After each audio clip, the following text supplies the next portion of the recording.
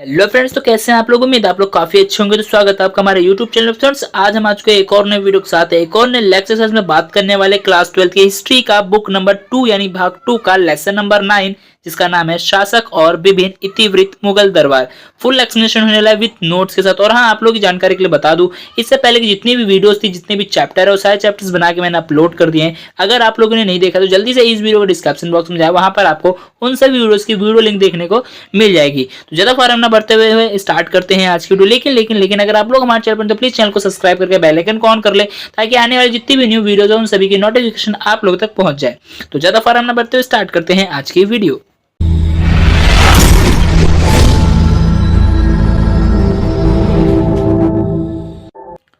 So friend, जैसे कि मैंने बताया, आज हम पढ़ने वाले बुक नंबर 2 का लेसन नंबर 9, जिसका नाम है शासक और विभिन्न इतिवृत्त। ठीक है, सबसे पहले हम चैप्टर के नाम को एक्सप्लेन कर लेते हैं कि जो शासक है और ये जो इतिवृत्त है ये होते क्या है। ठीक है, शासक मींस क्या होता है, राजा होता है। शासक होता है हमारा सरकार से है। ठीक है, विभिन्न यानी बहुत सारी। इतिवृत्त का मींस क्या होता है, इतिवृत्त में होता है काल अनुसार, यानी कला। जो इतिवृत्त होती है ना, जो हमारे दस्तावेज होते हैं, यानी काल के अनुसार लिखे गए दस्तावेज, यानी राजाओं के द्वारा लिखे हुए जो दस्तावेज होते हैं, जैसे अकबर नामा है, बादशाह नामा है, हुमायूं नामा है, ये सब यानी उसके जन्म से लेकर के मृत्यु तक में जितनी भी काल अनुसार जो भी बातें हुई हैं, जो भी चीजें, सारी चीजों को लिखना है हमारा इतिवृत्त कहलाता है। ठीक है, मुगल दरबार क्या, किसके बारे में पढ़ने रहे हैं, मुगल दरबार के बारे में बात करें। मुगल दरबार के, मुगल दरबार का जो स्थापना के जो माने जाते हैं वो कौन है, बाबर थे। ठीक है, मुगल दरबार के स्थापना करने वाले कौन थे, बाबर थे। इसने ध्यान रखना, मोटा मोटा याद रखते। ठीक है, लगभग हम 16वीं और 17वीं शताब्दी को यहाँ पर हम पढ़ने वाले हैं या फिर समझने वाले हैं। तो ज्यादा टाइम वेस्ट ना करते हुए स्टार्ट करेंगे फर्स्ट टॉपिक से। पहला पॉइंट हमारा होता है, मुगल साम्राज्य के शासक स्वयं को एक विशाल और विजेत्य जनता पर शासन के लिए नियुक्त मानते थे। यानी मुगल साम्राज्य के जो शासक थे वो स्वयं को क्या, एक विशाल यानी बहुत बड़ा और विजेत्य यानी कि हमेशा क्या है, दूसरे पे विजयी होना, हमेशा अपने आप को विजय यानी जीता हुआ मानते थे। प्लस जनता पर वो अपना शासन करने के लिए अपने आप को एक नियुक्त मानते थे। कहते थे कि मैं जनता पे शासन करने के लिए ही ठीक हूं, अपने आप को हमेशा वो बेहतर मानते थे। हालांकि असलियत में राजनीतिक परिस्थितियां इस भव्य दृष्टि को सीमाबद्ध कर देती है। यानी कि ये जो भव्य दृष्टि है, हाँ, अगर बात के जो हमारे लोगों की जो राय है उनसे हमें पता चलता है जो इसकी असलियत है, राजनीतिक परिस्थितियां को क्या कहते हैं, जो भव्य दृष्टि है लोग कि हम ही हैं सिर्फ उस पर शासन करने वाले, तो उसको क्या कहते हैं, सीमाबद्ध कर देती है, रोक लगा देती है। क्योंकि देखो, किसी के लिए कोई अच्छा है तो किसी के लिए कोई बुरा भी है। इतना क्लियर है। ठीक है, मुगलों का इतिहास लिखने के इच्छुक किसी भी विद्वान के लिए यह इतिवृत्त महत्वपूर्ण स्रोत है। यानी जो भी लोग जो है क्या बोलते हैं, जो मुगलों के बारे में लिखना चाहते हैं या फिर उसके बारे में जानने के इच्छुक हैं, उन सभी विद्वानों के लिए जो इतिवृत्त हमें प्राप्त हुए हैं, उन इतिवृत्त को पढ़ना महत्वपूर्ण एक स्रोत है। ठीक है, एक और यह इतिवृत्त मुगल राज्य की संस्थाओं के बारे में तथ्यात्मक जानकारी देते हैं। एक और क्या करते हैं, ये जो मुगल दरबार, ये जो इतिवृत्त है, मुगल राज्य की जो संस्थाएं हैं ना, उसके बारे में क्या हमें तथ्यात्मक सारी चीजों की जानकारी देते हैं। यह इतिवृत्त हमें इस बात की एक झलक देता है कि कैसे शाही विचारधाराएं प्रचारित की जाती, लोगों तक पहुंचाई जाती थी। कौन बताता है हमें, ये हमें इतिवृत्त बताते हैं। अब आता है नेक्स्ट पॉइंट क्या है, मुगल शासक और उनका साम्राज्य। अब हम देखना जो मुगल शासक है, वो शासक कौन कौन से आए, कैसे कैसे शासक आए। ठीक है, प्लस उनका जो साम्राज्य था, साम्राज्य कैसे उन्होंने बसाया, कैसे बनाया। ठीक है, मुगल साम्राज्य की उत्पत्ति मंगोल से हुई। जो मुगल साम्राज्य की उत्पत्ति कहां से हुई थी, मंगोल से हुई थी। हालांकि वर्तमान में यह नाम एक साम्राज्य की भव्यता को महसूस कराता है। हालांकि ये जो एक नाम है, क्या कहता है, एक साम्राज्य की भव्यता यानी क्या है, दिव्यता को दिखाने का काम करता है, महसूस कराता है। परंतु राजवंश के राजाओं ने खुद के लिए इस नाम का चयन नहीं किया था। यानी जो राजवंश था, यानी मुगल जो शासक थे, इन्होंने इस शब्द का अपने लिए चयन नहीं किया था। ऐसा इन्हें कौन, बाहरी लोग ही कहते थे। इन्होंने स्वयं को तैमूरी कहकर संबोधित किया। ठीक है, इन्होंने क्या कहा, जो मुगल शासक थे, इन्होंने क्या कहा, अपने आप को तैमूरी कहा। तैमूरी क्यों कहा, इसके पीछे भी रीजन था। वहां पे कहते हैं पितरात्मक, यहाँ पे देखो, क्योंकि पितृवंश से वह तुर्की शासक तिमूर की संतान, यानी पितृवंश, यानी कि जो पिता के उससे चलने वाली जो वंशज थी वो पितृवंशज कहलाती है। ठीक है, यानी पिता के नाम से चलने वाली वंशज पितृवंशज कहलाती है। ठीक है, पितृवंश। तो जो पिता की जो वंशज तिमूरी की संतान थी, किसकी संतान थी, तिमूरी की संतान थी, इसलिए वो अपने आप को तैमूरी कहते थे। 16वीं शताब्दी में यूरोपियों ने परिवार की इस शाखा का वर्णन करने के लिए मुगल शब्द का इस्तेमाल किया। यानी कि 16वीं शताब्दी में यूरोपियों ने क्या, यूरोप जो थे लोग आए, उन्होंने इनकी इस परिवार के शाखा को, यानी इस परिवार के पूरे परिवार को संबोधित करने के लिए या फिर उनका वर्णन करने के लिए, बताने के लिए मुगल शब्द का इस्तेमाल किया। किसने इस्तेमाल किया, यूरोप ने। ठीक है, ये बातें आपको याद रखनी है। 16वीं शताब्दी से ही इस शब्द का प्रयोग लगातार किया जाता रहा है, यानी 16वीं शताब्दी से ही जो मुगल है इसका जो शब्द है, ये जो शब्द है इसका इस्तेमाल किया जा रहा है। यहाँ तक कि रडैड किपलिंग की जंगल बुक, यानी जो हमें मोगली वाला जंगल बुक है ना, रडैड किपलिंग की जो जंगल बुक है उसके युवा नामक मोगली का नाम का उद्भव भी इसी से हुआ, यानी मोगली नाम का जो उद्भव हुआ है ना इसी नाम से हुआ है, मुगल शब्द से ही उसका उद्भव हुआ है। कितना क्लियर है? ठीक है, अब आता है हमारा नेक्स्ट पॉइंट क्या है? मुगल साम्राज्य की स्थापना 1526 में जहीरुद्दीन बाबर के द्वारा की गई थी। मैंने स्टार्टिंग में कहा था ये जो मुगल साम्राज्य है, मुगल जो शासक था उसकी जो स्थापना करने वाले कौन थे? बाबर थे। ठीक है, जहीरुद्दीन बाबर के द्वारा की गई थी। बाबर मध्य एशिया में फरगान से उनके प्रतिद्वंदी उज्बेक द्वारा भगा दिए गए थे, यानी कि जो बाबर है उसको कहां से उसको मध्य एशिया में फरगान से उनके जो प्रतिद्वंदी थे उज्बेक, उन्होंने क्या किया था? उनको वहां से भगा दिया था या निष्कासित कर दिया था। बाद में कबूल में स्थापित हुए। बाद में वो कहाँ स्थापित हुए? बाबर ये कबूल में स्थापित हुए, परंतु वह स्थायी नहीं हुए। परंतु वहां पे क्या हुआ? स्थायी नहीं हुआ। उसके बाद में भारतीय उपमहाद्वीप की ओर आगे बढ़े, यानी भारतीय उपमहाद्वीप की ओर आगे बढ़े और यहाँ पे आए दिल्ली में, और उन्होंने अपना जो है पूरा साम्राज्य बसाया। बाबर 1526 में भारत आया, जो बाबर था 1526 में भारत आया तथा 1530 में उसकी मृत्यु हो गई। ठीक है, 1530 में मृत्यु होगी। उसके बाद नसीरुद्दीन हुमायूं, जो उसका पुत्र था, बाबर का पुत्र कौन था? नसीरुद्दीन हुमायूं, उसका शासनकाल जो है शासनकाल आया कब से? 21 अप्रैल 1526 में पानीपत का प्रथम युद्ध हुआ। इसमें इब्राहिम लोदी था बाबर के बीच युद्ध हुआ। किसके बीच युद्ध हुआ? इब्राहिम लोदी था बाबर के बीच में युद्ध हुआ तथा इस युद्ध में बाबर को विजय प्राप्त हुई। इस युद्ध में किसको प्राप्त हुई? विजय को, जो बाबर है उसको विजय प्राप्त हुई। बाबर के उत्तराधिकारी नसीरुद्दीन हुमायूं, जो उसका पुत्र था, नसीरुद्दीन हुमायूं जो उसका पुत्र था, 1530 से 1540 तक शासन किया। कब से? 1530 से लेकर 1540 तक शासन किया और अफगान के नेता शेरशाह सूरी ने हरा दिया। किसने हरा दिया? शेरशाह सूरी ने हरा दिया, जिससे कि उसे ईरान के सफावी शासक के द्वारा में जिससे कि इसे जो हमारा नजीर था, नसीरुद्दीन हुमायूं था, इसको ईरान के जो सफावी जो शासक थे ना उसके दरबार में निर्वाचित होने के लिए मजबूर होना पड़ा, उसको वहां पे जाने के लिए मजबूर होना पड़ा। ठीक है, देखो इतना तो समझ में आया। देखो एक मोटी मोटी चीजें मैं समझाने के लिए आपको एक डायग्राम दिखाऊंगा। ठीक है, एक बार हम उसको देख के उसको समझ लेते हैं। ठीक है, उसके बाद मैं आपको फिर हुमायूं से जो है हमारा हम यहाँ से आगे बढ़ेंगे। ठीक है, पहले सो फ्रेंड्स आप लोग देख लीजिए, मुगल बादशाह है ना, देख लेते कौन कौन से बादशाह जो है हमारे आए। देखो सबसे पहले तो बाबर आया था। बाबर ने जिसने स्थापना की थी, कब आया था? 1526 से 1530 तक में इसने किया। 1526 में उसने यहाँ पे आया, प्लस 30 में उसकी मृत्यु होगी। ठीक है, उसका पुत्र जो है हुमायूं आया। 1530 से 1540 में क्या हुआ? उसका शासनकाल चला, 10 साल ही चला। क्यों? क्योंकि 1555 में ही वहां पे उसका फिर युद्ध हुआ। किसके साथ युद्ध हुआ? शेरशाह सूरी के साथ में उसका युद्ध हुआ। ठीक है, युद्ध के बाद क्या वो हार गया। तो शेरशाह सूरी का राज कब से रहा? 1555 से 1556 तक रहा। उसके बाद कौन आ गया? उसके बाद आया हमारा अकबर। ठीक है, जो कि हम आगे पढ़ेंगे वहां पे जो मैंने आपको बताया। ठीक है, उसका अकबर आया। ठीक है, अकबर का शासनकाल कब से कब तक रहा?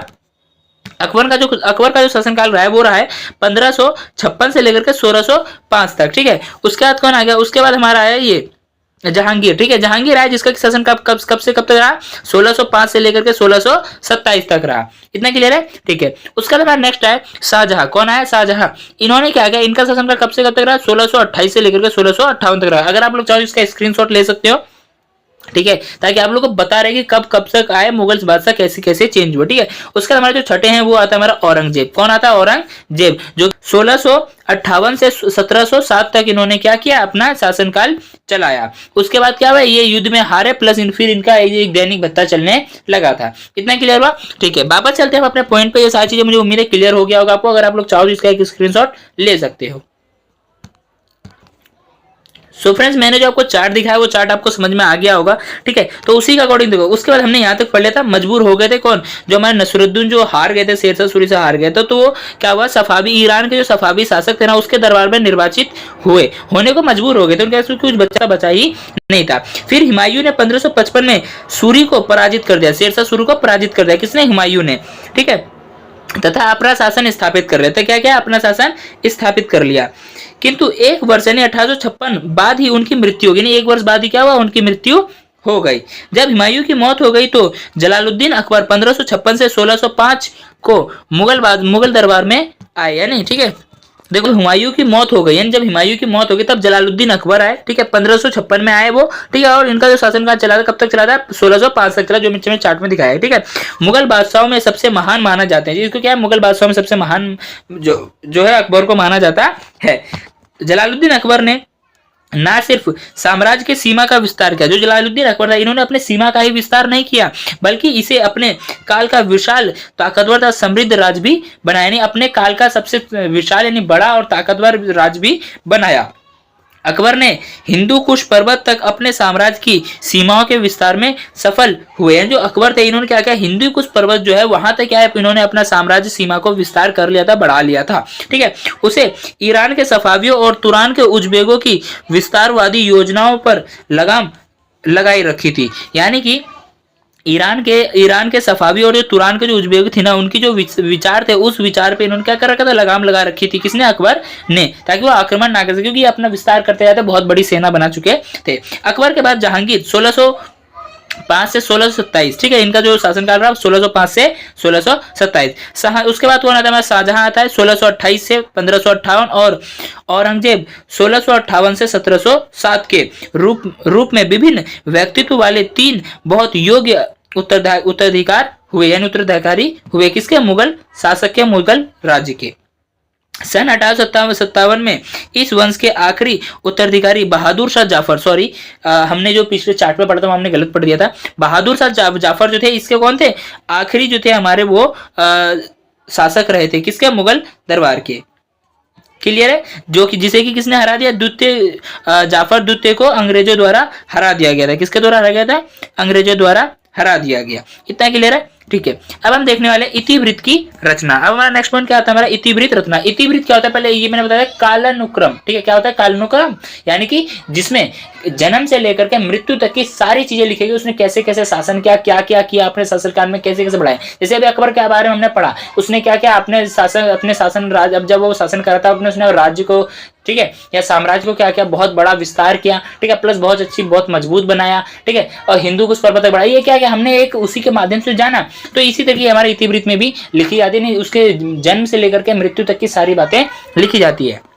मुगल बादशाहों के द्वारा निर्मित करवाए गए इतिवृत्त उनके साम्राज्य और उनके दरबार के अध्ययन के प्रमुख साधन है। जो मुगल दरबार के जो मुगल बादशाहों के द्वारा जो निर्मित करवाए जाते हैं ना इतिवृत्त, ठीक है, कालानुक्रम, इसको क्या करते हैं, साम्राज्य के क्या है, ये विभिन्न इतिवृत्त है, दरबार के अध्ययन के प्रमुख साधन है, दरबार को जानने के लिए प्रमुख साधन है। वृत्तांतों का मुख्य उद्देश्य उन लोगों को जो मुगल शासन के विरुद्ध थे, यानी वृत्तांत का जो मुख्य उद्देश्य था वो क्या था, ये उन लोगों के लिए था जो लोग मुगल शासन के विरुद्ध थे। उन्हें यह बताना था कि उनके सभी विरोधों का असफल होना तय है। उनको यह बताना था कि उनके सभी विरोधों की विरोध जो कर रहे हैं उनका असफल होना तय है, तथा शासक यह भी सुनिश्चित कर लेना चाहते थे कि आने वाले राज्यों के लिए उनके शासन के वृत्तांत उपस्थित रहे, प्लस आने वाले जो राजा हैं, जो शासक है, उनके लिए क्या रहे, वृत्तांत उपस्थित रहे कि हमने कैसे कैसे किया और कैसे कैसे चीजें हमने की है, क्या क्या कानून बनाए हैं। जो भी वृत्तांत मिले हैं वे अकबरनामा, शाहजहांनामा और आलमगीरनामा। जो हमें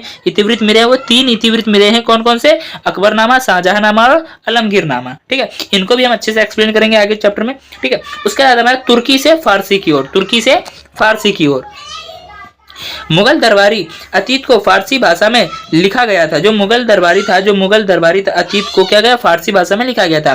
दिल्ली सुल्तानों के समय में उत्तर भारतीय भाषाओं द्वारा रूप से हिंदवी में इसकी क्षेत्र विभिन्नताओं के साथ फारसी दरबार और साहित्य रचनाओं की भाषा के रूप में बहुत फली फूली। यानी कि जो मुगल दरबार की जो अतीत की बातें थी उसको क्या फारसी भाषा में लिखा गया था, किंतु सुल्तानों के समय में क्या था, भारतीय भाषाएं जो थी मुख्य रूप से हिंदवी थी। क्या थी उस समय पे, हिंदवी थी।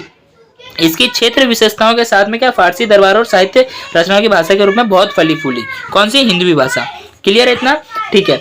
अब आता है नेक्स्ट पॉइंट क्या है, मुगल चगताई मूल के थे। जो मुगल बादशाह थे वो कौन से मूल के थे, चगताई मूल के थे, इसलिए तुर्की उनकी मृत भाषा थी। इसलिए तुर्की जो थी उनकी क्या थी, मृत भाषा थी, अपनी भाषा थी। इसके पहले के शासक बाबर ने कविताएं तथा अपने स्मरण भी इसी भाषा में लिखे थे। कौन सी भाषा में, तुर्की भाषा में। फारसी भाषा को राजा, शाही परिवार के सदस्य तथा दरबार के विशेष सदस्य इस भाषा का प्रयोग करते थे। जो फारसी भाषा था इसका या तो राजा प्रयोग कर सकता था या तो शाही परिवार के लोग इसका प्रयोग कर सकते तथा शाही परिवार के सदस्य योग करते, पहले दरबार के विशेष जो सदस्य थे ना वो ही इस भाषा का प्रयोग कर सकते। कौन सी भाषा का? फारसी भाषा का। फारसी और हिंदवी के साथ पारंपरिक संपर्क से उर्दू के रूप में एक नवीन भाषा का उद्भव हुआ। यानी कि फारसी और हिंदवी के मिलने से क्या हुआ? पारंपरिक संपर्क से क्या हुआ? उर्दू के रूप में एक नवीन भाषा का क्या हुआ? उद्भव हुआ, जो उर्दू क्या फारसी और हिंदू को मिला के बनाई गई है। ठीक है, अब आता है नेक्स्ट पॉइंट क्या है? पांडुलिपियों की रचना। अब हमारा नेक्स्ट पॉइंट क्या था? पांडुलिपियों की रचना। सो फ्रेंड देखो, ये हैंड जो आप मेरे हाथ से खुद बनाए हुए अपने नोट से, तो आप लोग ज्यादा बुक में पढ़ने की जरूरत है नहीं। मैं जो पढ़ा रहा हूँ बस आप उसको सुन लो, प्लस आप भी खुद पढ़ते चलो। ठीक, जहां मिस्टेक होगी मैं बता दूंगा। बाकी इसमें ज्यादा कुछ एक्सप्लेन करने लायक है नहीं, बस कि आपको पढ़ते जाना, जहां जितना हो रहा है मैं उतना कर रहा हूँ। ठीक है, अब देखो पांडुलिपि की रचना। पांडुलिपि क्या होती है? जो हाथों से लिखी जाती है वो हमारी पांडुलिपि होती है। मुगल भारत की सारी किताबें पांडुलिपि के रूप में थी। यानी मुगल भारत की जितनी भी किताबें किसके रूप में थी? पांडुलिपि के रूप में थी। अर्थात उन्हें हाथ से लिखा जाता था। उन्हें क्या था? हाथ से लिखा जाता था। पांडुलिपि रचना का मुख्य केंद्र राज के किताब खाना था। जो पांडुलिपि का जो रचना का जो मुख्य केंद्र था वो क्या था? राज के किताब खाना। ठीक है, किताब खाना वास्तव में यह एक लिपि घर था। जो किताब खाना है ये वास्तव में क्या था? एक लिपि घर था। लिपि घर मीन्स क्या होता है? जहाँ पे सारी भाषाओं को वहां पे एक जगह ये वर्णमालाएं लिखी होती है कि अगर आपको कुछ भूल रहे तो वहां से देख के आप लिख सकते हो, या लिपक बैठे रहते थे। अर्थात ऐसा स्थान जहां बादशाह की पांडुलिपियों को एकत्रित करके रखा गया या रखा जाता था तथा नवीन पांडुलिपियों को रचा जाता था। यानी नई पांडुलिपियों को भी रचा जाता था। यानी कि लिपि घर एक ऐसी जगह कहते हैं जहां पे बादशाह के द्वारा जितनी भी पांडुलिपियां हैं उन सभी जो भी लिखवाई गई हैं उन सभी को एकत्रित करके वहां रखा जाता था। प्लस जो भी नवीन यानी जो नई पांडुलिपियां लिखी जाती थी उनको भी वहां पे रचा जाता था, लिखा जाता था। इतना क्लियर है? ठीक है, अब बताया पांडुलिपि की रचना करने में कई तरह के काम करने वाले लोग सम्मिलित हैं। जब हम पांडुलिपि की रचना करते हैं ना उसमें लिखने के लिए कई सारे लोग क्या थे? उस कार्य को करने में लगे हुए थे। ठीक है, कैसे कैसे लोग लगे थे वो देख लेते। जैसे कि कागज बनाने वाले की पांडुलिपि। ठीक है, तो कागज बनाने वाले की पांडुलिपि की पृष्ठ तैयार करने। ठीक है, ये जो कागज बनते हैं जिसपे पांडुलिपियां लिखी जाएंगी तो कागज बनेगा, तो कागज बनाने वाला एक व्यक्ति होता था। ठीक है, प्लस सुलेखक की पाठ की नकल तैयार करने लिए, जो कि लेखक ने लिखा है यानी जो लेखक ने लिख दिया उसको क्या करना? कॉपी करना। कॉपी करने वाले भी लोग पाठ को नकल करने के लिए तैयार रहते थे। ठीक है, कोफ्तगरों की पेजों को चमकाने के लिए, कोफ्तगर को जैसे लिखने के बाद कहता है हाथ के प्रिंट आते थे तो उनको हटाने के लिए यानी कोफ्तगर पेजों को चमकाने के लिए काम करते थे। ठीक है, चित्रकारों की पाठ से चित्रों को चित्रित करने के लिए चित्रकारों को भी रखा जाता है। चित्रकार क्या करते थे? उसमें चित्र रखते। जैसे राजा शिकार करने गया तो एक दिखा दे कि शिकार करने के लिए रथ पे बैठा है, प्लस ऐसे करके धनुष चला रहा है, शिकार कर रहा है, तो चित्र के लिए भी अलग से जगह छोड़ी जाती है। चित्रकार भी उसमें होते थे। और जिल्द सज्जों की हर पेज को एकत्रित करने वाले यानी हर पेज पे क्या होता है? एक जिल्द लगाई जाती है, एक कवर लगाया जाता था। ठीक है, उसे सजे हुए अवधारणा में बांटने के लिए जरूरत पड़ती थी। यानी सजे हुए अवधारणा में बांटने के लिए उसको जरूरत पड़ती थी। सुलेखक अर्थात हाथ से लिखने की कला को बहुत महत्वपूर्ण कुशल माना जाता था। सुलेखक जो था अर्थात हाथ से लिखने की कला को क्या बहुत महत्वपूर्ण कुशल माना जाता था। इसका इस्तेमाल अलग अलग शैलियों में होता था। इसका जो इस्तेमाल था किसमें होता था? अलग अलग शैलियों में होता था। नस्तलीक अकबर की मनपसंद शैली थी। यानी नस्तलीक जो शैली थी वो अकबर की मनपसंद शैली थी। ये आपको याद रखना है, 1 नंबर में क्वेश्चन आ सकता है। नस्तलीक शैली जो थी वो अकबर की क्या मनपसंद शैली थी। नस्तलीक शैली कैसी होती थी?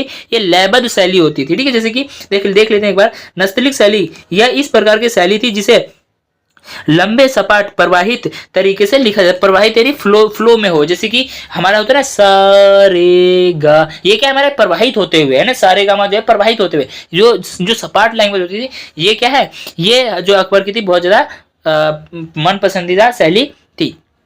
इतना क्लियर हुआ? ठीक है, अब आता है नेक्स्ट पॉइंट क्या है? रंगीन चित्र। क्या था? रंगीन चित्र। मुगल पांडुलिपियों की रचना में चित्रकार भी शामिल थे। यानी रंगीन जो मुगल पांडुलिपियों की जो रचना करने में थे उसमें चित्रकार भी शामिल थे, जैसे कि हमने पढ़ लिया है। एक मुगल बादशाह के शासन की घटनाओं का विवरण देने वाले इतिहास में लिखित पाठ के साथ उन घटनाओं को चित्र के माध्यम से दृश्य रूप में भी वर्णित किया जाता था। यानी कि जो भी चीजें हो रही है उसको जो उसमें बता रहे हैं पढ़ने में उसको दृश्य रूप में भी दिखाया जाता है ताकि वो जीवंत लगे, ऐसा लोग अनुभव कर सके। इतना क्लियर है? जो कि मैंने बताया शिकार करने का, शिकार वाली उसकी फोटो लगा दी, चित्र बना दी ताकि उसको लगे कि हाँ भाई इसमें ऐसा किया गया है।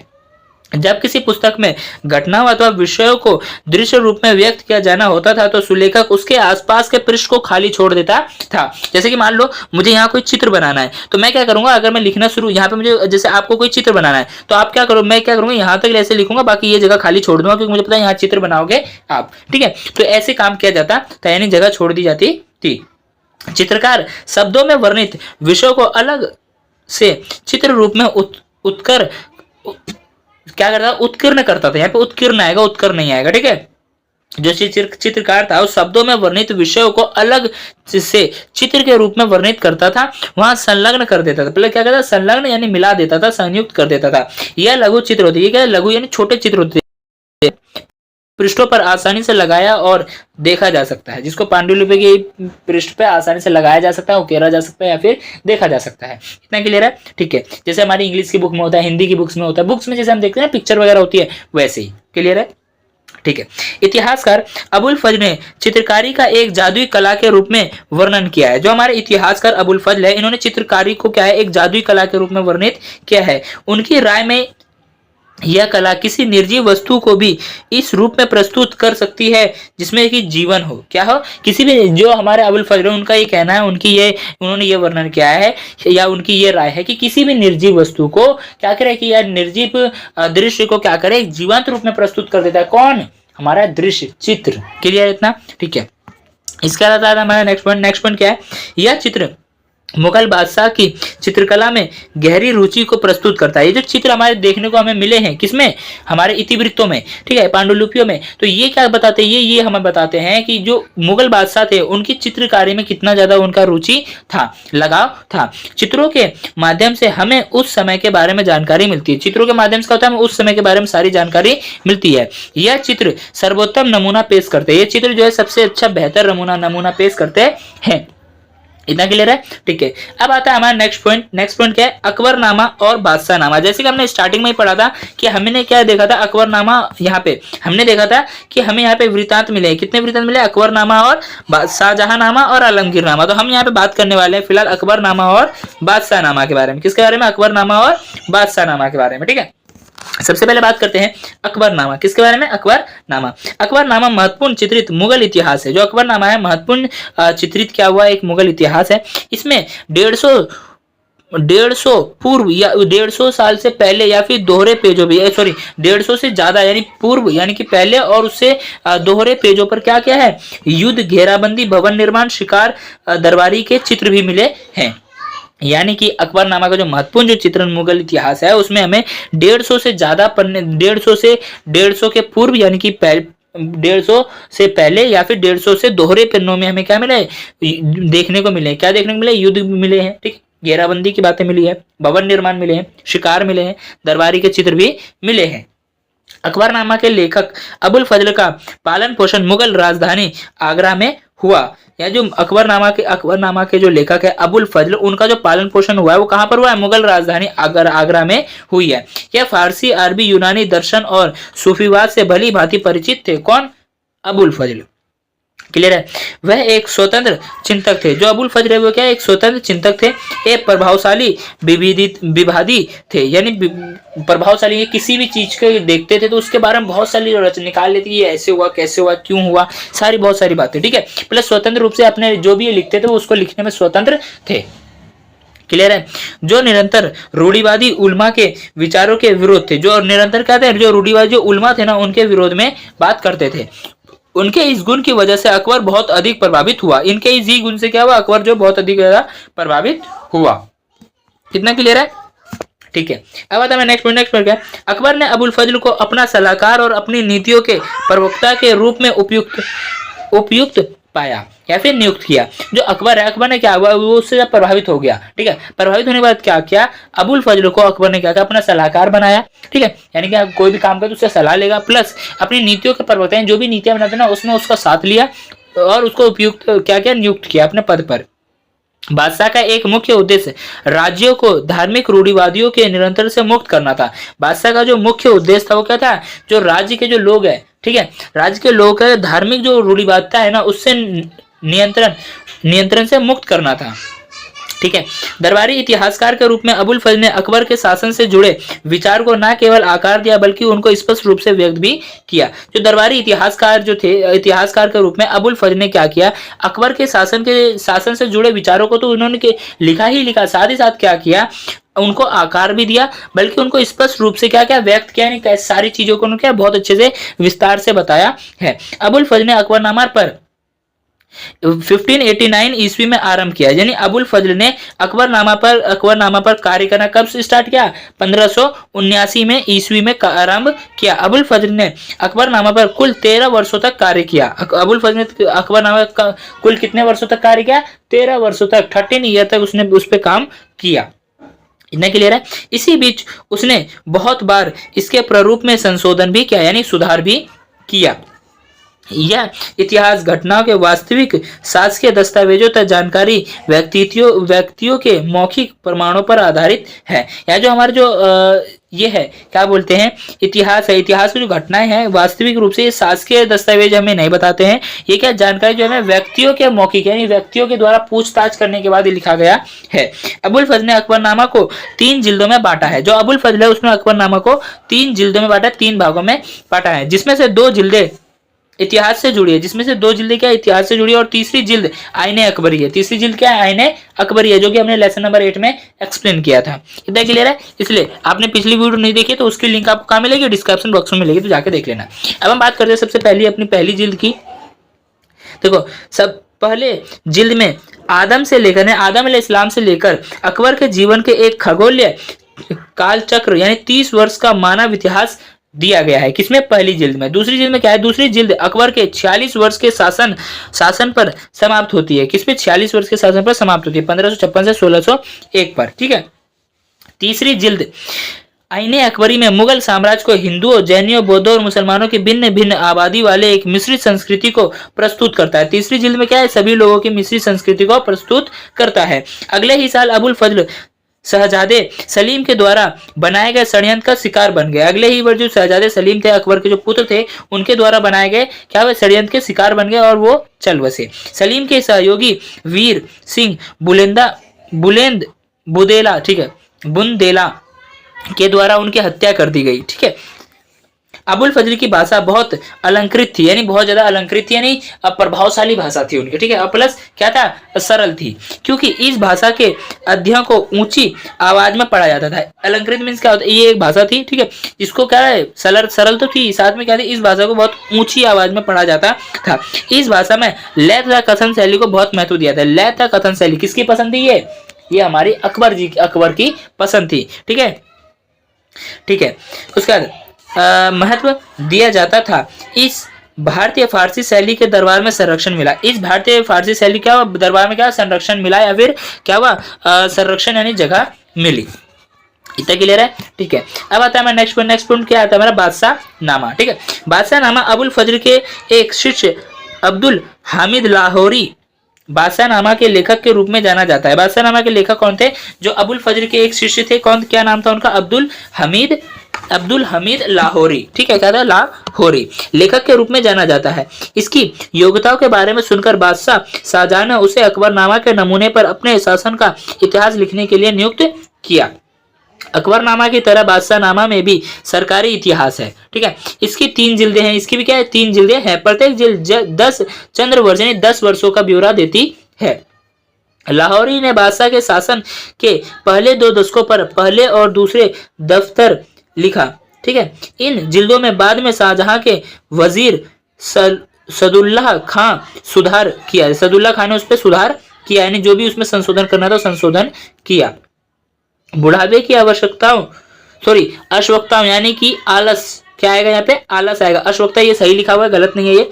अश्वक्ताओं यानी कि आलस की वजह से लाहौरी तीसरे दशक के बारे में ना लिख सके। लाहौरी क्या तीसरे दशक के बारे में नहीं लिख सके, जिसे बाद में इतिहासकार वारिश ने लिखा। जिसे बाद में किसने लिखा, वारिश ने लिखा। इतिहासकार वारिश थे, उन्होंने इसको पूरा किया। किसको, बादशाहनामा को। इतना क्लियर है। ठीक है। नेक्स्ट पॉइंट आता है मेरा, बादशाहनामा और अकबरनामा और बादशाहनामा के संक्षिप्त पाठ। सबसे पहले एशियाटिक सोसाइटी द्वारा 19वीं शताब्दी में प्रकाशित किया गया। एशियाटिक सोसाइटी द्वारा क्या है 19वीं शताब्दी में प्रकाशित किया गया। वर्षों की कई मेहनत के बाद 20वीं शताब्दी के आरंभ में हेनरी बेवरिज द्वारा अकबरनामा का अंग्रेजी अनुवाद किया गया। किसका अंग्रेजी अनुवाद किया गया? अकबरनामा का। ठीक है, बादशाहनामा के केवल कुछ अंश का अभी तक अंग्रेजी में अनुवाद किया गया है। जो बादशाहनामा है उसका अंग्रेजी में अनुवाद अभी कुछ ही अनुवाद किए गए हैं, बाकी का नहीं हुआ है, कुछ ही भागों का हुआ है। इसका मूल पाठ अपने संपूर्ण रूप में आज भी अनुवाद किया जाने की प्रतीक्षा में है। इसका जो मूल जो भाग है वो अभी भी पूरा ऐसे ही रखा हुआ है, वो अपने ट्रांसलेट करने की, अनुवाद करने की प्रतीक्षा में लगा हुआ है। इतना क्लियर हुआ? ठीक है, मुझे उम्मीद है आपको यहाँ तक पूरे अच्छे से क्लियर हो गया होगा। वीडियो है काफी ज्यादा लंबी हो चुकी है, चैप्टर जो है अभी बहुत लंबा बचा हुआ है, तो आज की वीडियो का हम यहीं पे एंड करेंगे। अब हम इसको पढ़ेंगे लेक्चर नंबर 2 में। ठीक है, तो मुझे उम्मीद है कि आपको यहाँ तक समझ में आया होगा। तो अगर आप लोग वीडियो अच्छी तो वीडियो को लाइक करें और अपने यार दोस्तों में शेयर करें ताकि वो लोग भी पढ़ सके। और अगर आप लोग कोई डाउट है, कोई भी प्रॉब्लम है, तो आप लोग प्लीज वीडियो कमेंट बॉक्स में कमेंट करें, पूरी कोशिश करूंगा आपके डाउट को क्लियर कर दूं। तो आज की वीडियो में इतना ही, मिलते हैं नेक्स्ट वीडियो में, तब तक के लिए bye bye, thanks for watching this video.